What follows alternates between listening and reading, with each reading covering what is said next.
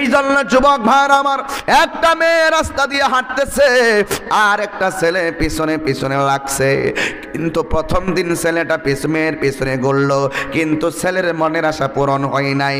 দ্বিতীয় দিন আবার রওনা হলো, কিন্তু মেয়েটার মুখটা একদম বান্দা, এমন ভাবে বেঁধে বেঁধে রাস্তা দিয়ে যাইতেছে, কিন্তু দ্বিতীয় দিন ছেলেটা মেয়ের পিছনে ঘুরলো, ছেলের মনের আশা পূরণ হয় নাই। তৃতীয় দিন আবার ছেলেটা মেয়ের পিছনে যখন দৌড়লো, দৌড়ার পরে মেয়েটার খুব কাছাকাছি চলে গেল, কিন্তু এই মেয়েটা হঠাৎ করে মনে করলেন মেয়েটাকে ছেলেটা ধরে ফেলবে, এই ভয় করে একটা দোকানের ভিতরে ঢুকছে।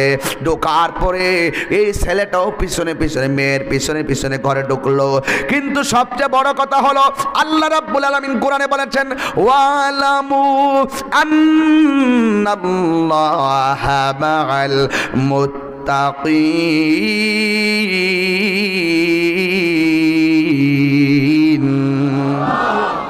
আল্লাহ রাব্বুল আলামিন বলেন, তোমার ডানে বিপদ, বামে বিপদ, সামনে বিপদ, পিছনে বিপদ, কিন্তু তোমার হৃদয়ে যদি আমি আল্লাহর ভয় থাকে, তোমার সঙ্গে কেউ না থাকো, কিন্তু আমি আছি একজন, জবান খুলে বলুন তিনি কে? এবার ওই মেয়েটা ঘরে ঢুকলো, ছেলেটাও ঘরে ঢুকলো। হঠাৎ করে ছেলেটা একজনের কাছে ধরা খাইয়া গেছে। এ আবার নবীগঞ্জের বাহার মিয়া না, নবীগঞ্জের আব্দুল মান্নান মিয়া নয়, এমন একজনের কাছে ধরা খেয়েছে যিনি হলো আল্লাহর প্রখ্যাত ওলি, যার নাম হলো হযরতে হাসান বসরি। আল্লাহর ওলির কাছে ধরা খেয়ে গেল। এবার মেয়েটা ঘরের ভিতরে ঢুকলো, ছেলেটা ঘরের ভিতরে যখন ঢুকে গেল, এবার মেয়েটা ডাক দিয়ে, ভাই আমার 2 দিন আপনি আমার পিছনে ঘুরেছেন, আজকে আমার অনেক কাছে চলে এসেছেন, আমি ইজ্জতের ভয়ে ঘরের ভিতরে ঢুকেছি। সম্মানী ব্যক্তি যারা ইজ্জতের চিন্তা করে তারা, আর সম্মান যার না ইজ্জতের চিন্তাও তার নাই। এই জন্য মেয়েটা ঘরের ভিতরে ইজ্জত ডাইকা রাখলো। কেউ আছে, কেউ আছে, কেউ যদি তাকে কোনো গালি দেয়, গালি দেওয়ার পর বিচারটাও মানুষের কাছে দেয় না ইজ্জতের ডরে। এমন মানুষ আছে, আঘাত করলেও সমাজের কাছে বিচার চাই না ইজ্জতের ডরে। এই জন্য যুবক ভাইরা, ওই স্ত্রী ওই মেয়েটা দোকানে ঢোকার পরে মেয়েটা ডাক দিয়ে কয়, ভাই আমার, ও ভাই, তুমি 2 দিন আমার পিছনে ঘুরেছো, আজকেও তুমি আমার অনেক কাছে চলে এসেছো, কারণটা কি? যেই মাত্র বন্ধুরে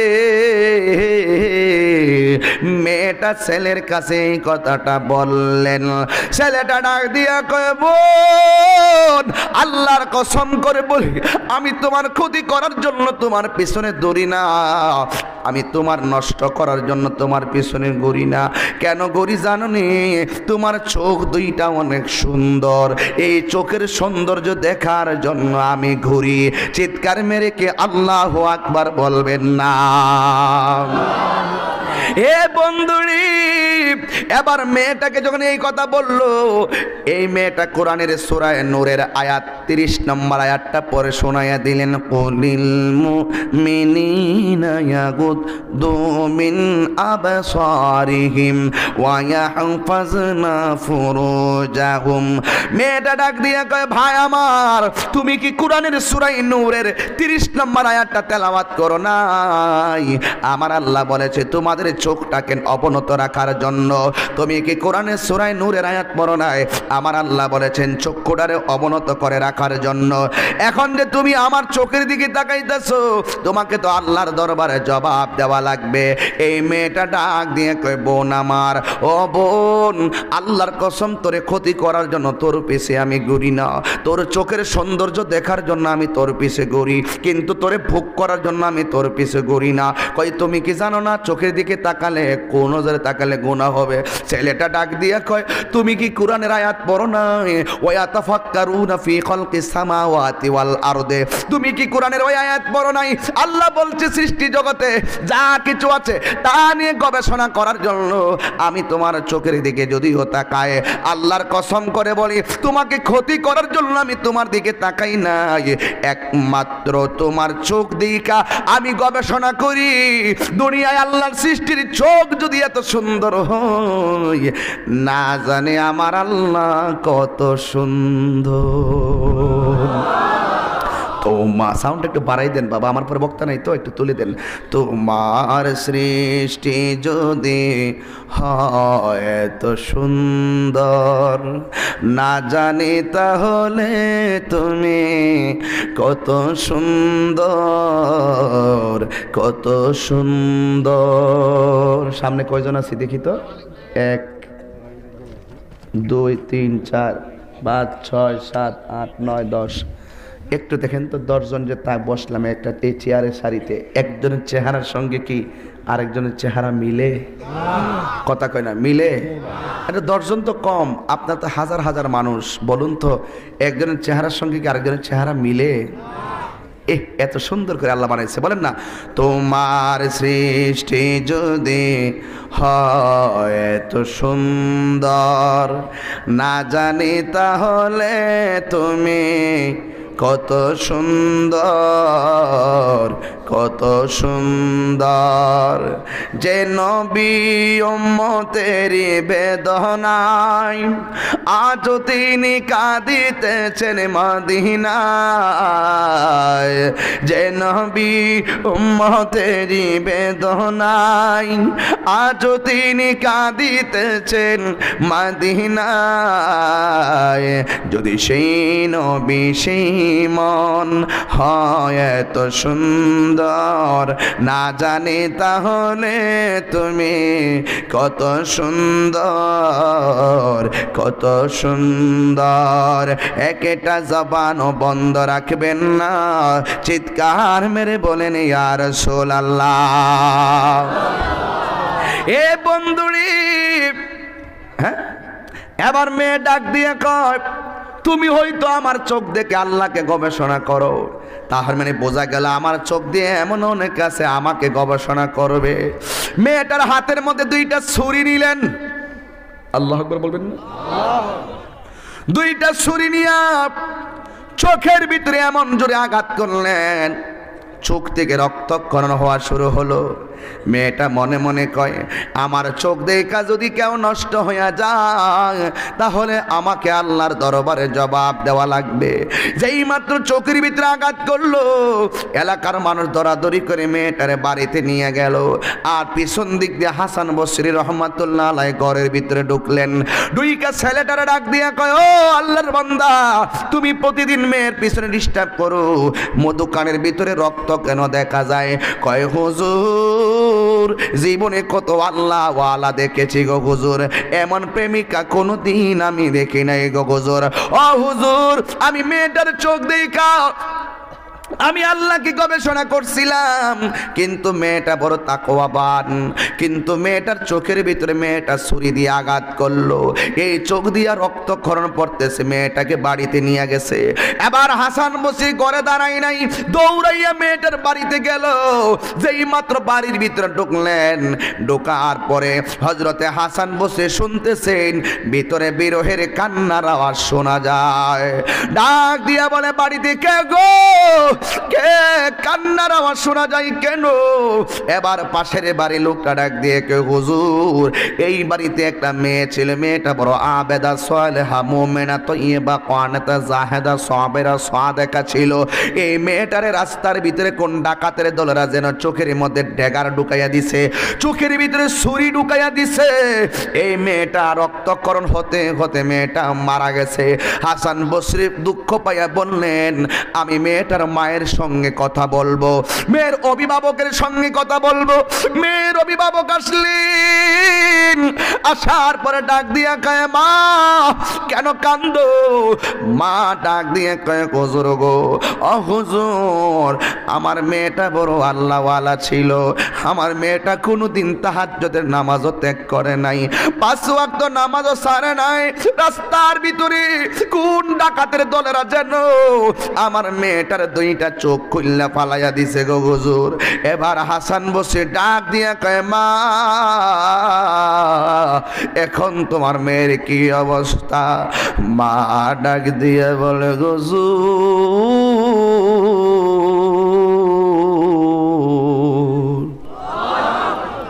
আমার মেয়েটার চোখ থেকে রক্তক্ষরণ হতে হতে এই মেয়েটা কিছুক্ষণ আগে মেয়েটা দুনিয়া থেকে বিদায় নিয়েছে গো হুজুর। ডাকাত কেমনে আমার মেয়ের চোখের মধ্যে আঘাত করলো? হাসান বসরি বলে, মা তোমার মেয়ের চোখের ভিতরে ডাকাত আঘাত করে না, তোমার মেয়ের চোখের মধ্যে নিজের চোখে নিজে আঘাত করেছে। মেয়ের মা তখন হু হু করে কান্দা উঠছে আরো বেশি।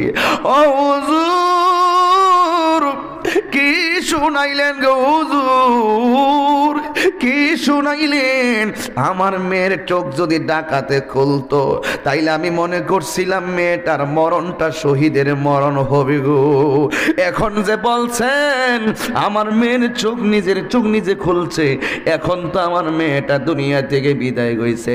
যে এই মেয়েটা কোনোদিন নামাজ ছাড়ে নাই, তার মরণটাকে আত্মহত্যার মরণ হয়েছে কিনা গো হুজুর?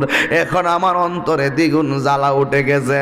ও হুজুর মেহেরবানি করে আপনি বলুন না আমার মেয়েটার মরণটা কি আত্মহত্যার মরণ হয়েছে কিনা? হাসান বসরিও তো বেলায়েতের পাওয়ার সম্পন্ন একজন ওলি। ডাক দিয়া বলে, মা হুজুর পানি দাও। হুজুর পানি দিল। নামাজের মুসল্লা যাই নামাজটা দাও। যাই নামাজটা দিলেন। হাসান বসরি নামাজের মধ্যে দাঁড়াইয়া গেলেন। জানাজার মধ্যে নামাজের মধ্যে দাঁড়াইয়া 2 রাকাত নামাজ পড়লেন। 2 রাকাত নামাজ পড়ে সেজদার ভিতরে গেলেন। সেজদার ভিতরে যাইয়া আমার আল্লাহর একটা ডাক মাইরা বললেন, ও আমার আল্লাহ, ও আমার আল্লাহ গো, তোমার বান্দা তুমি নিয়ে গেছো, কোনো আপত্তি নাই। কিন্তু এই মেয়ের মা, অবাগিনী মায়ের কলিজা ঠান্ডা হই না গো আল্লাহ। ও আল্লাহ, এই মেয়ের মা মনে করছিল ডাকাতে গুলেছে শহীদের মর্যাদা পাবে। এখন মেয়েটা নিজের চোখটা নিজে খুলনা পালাইছে। এখন বলেন না এই মেয়েটার মরণটা কি শহীদি মরণ নাকি আত্মহত্যা? কিন্তু আল্লাহর পক্ষ থেকে জবাব আসে না। মা দক্ষিণে জ্বালা আরো দ্বিগুণ বাইরে গেছে। সন্তান যখন হারায় মা দুঃখের মতন এমন পাগল আর কেউ হয় না। ওই নবীগঞ্জের মানুষ জবান খুইলা বলো ঠিক না বেঠিক? আরে আজকে তো ঘরের ভিতরে আমি ঢুকছি, লন্ডন থেকে ভিডিও কল দিতেছে, আমেরিকা থেকে ভিডিও কল দিতেছে আর দোয়া চাইতেছে। আমার ভাইয়ের কাছে অনেকে ফোন দিতেছে, খবর নিতেছে। মানুষ কতগুলা হয়েছে, তারা শুধু দোয়া চায়। কেন জানো নি? ওরা যদিও বিদেশ থাকে মনটা বাড়িতে পইরা থাকে ভাইকে দেখার জন্য। ওরা যদিও বিদেশ থাকে মনটা পইরা থাকে বাবাকে দেখার জন্য। ওরা যদিও বিদেশ থাকে ঈদের দিন আসলে বাবার কবরটা জিয়ারত করার জন্য ওরা পাগল পাগল হয়ে কান্দে। কথা বলেন ঠিক কিনা বলুন? আবার বাড়িতে যখন কোনো বাপ মা থাকে, ভালো একটা রান্না করলে বিদেশের সন্তানটার কথা মনে হইয়া যায়। এই জন্য মা দুঃখিনী চোখের পানি ফালাইয়া কই, হুজুর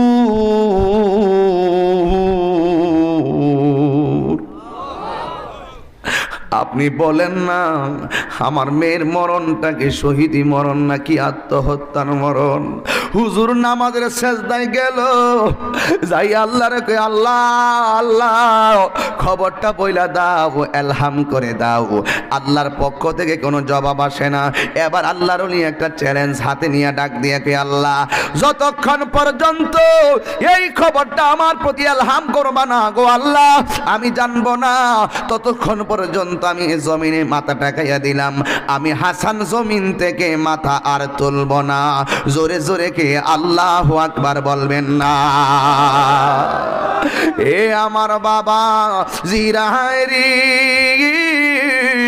ও বন্ধুরি আমার। এবার মা দুঃখিনী পাগলের মতো কান্না শুরু করলো। ও হুজুর আপনি ওদি পইরা রইলেন, আমি ওদি কোনো খবর বুঝতেছি না গো হুজুর। আমার মেয়েটাকে কি আমি শেষ পর্যন্ত হারাইয়া কি আমি সারা জীবন মনের ভিতরে কষ্ট নিয়ে নিব নাকি? এই কথা বইলা বইলা মা দুঃখিনী গড়াইয়া গড়াইয়া কান্দে। ও আমার নবীগঞ্জের বাবারা, কল্যাণপুরের বাবারা, জবানটা খুইলা বলো, সন্তান হারাইলে মায়ের মায়ের মনে ব্যথা লাগে কি লাগে না? আওয়াজে মানি না, জবান খুলে বলো লাগে কি লাগে না? এই জন্যই তো হাদিস শরীফে মায়ের কথা বলছে 3 বার। কয়বার? আরো জোরে কোন কয়বার? মায়ের কথা বলছে 3 বার, বাবার কথা বলছে 1 বার, আত্মীয় স্বজনের কথা বলছে 1 বার। কেন জানোনি? কারণ পৃথিবীতে একটা মাত্র মানুষ ওয়াহানান আলা ওয়াহনিন, কষ্টের উপরে কষ্ট স্বীকার করে, ওই মানুষটার নাম হলো জনম দুঃখিনী মা। কথা বলেন ঠিক কিনা? এই জন্য ওই মাকে কষ্ট দিয়া